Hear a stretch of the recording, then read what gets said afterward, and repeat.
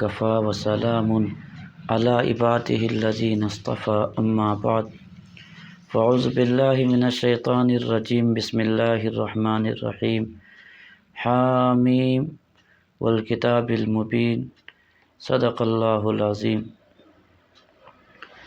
شعبان کا مہینہ برکتوں کا مہینہ ہے، عظمتوں کا مہینہ ہے۔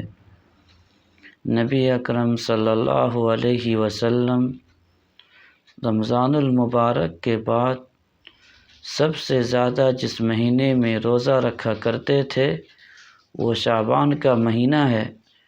شعبان کے مہینے میں کثرت کے ساتھ نبی پاک صلی اللہ علیہ وسلم روزہ رکھا کرتے تھے۔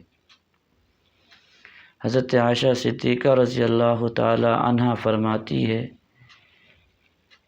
کہ ایک مرتبہ نبی اکرم صلی اللہ علیہ وسلم کو میں اپنے بسترے پر نہیں پائی تو میں تلاش کے لیے نکلتی ہیں تو کیا دیکھا کہ نبی اکرم صلی اللہ علیہ وسلم جنت البقیع میں تشریف فرما ہے۔ فرمایا اے عائشہ تجھے پتہ نہیں ہے یہ کون سی رات ہے؟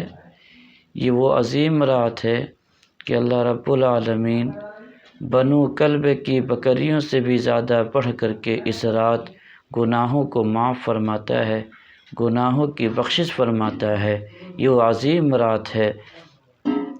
تو شعبان کے مہینے میں ایک رات اور ایک دن ہے جسے شب برات کہا جاتا ہے۔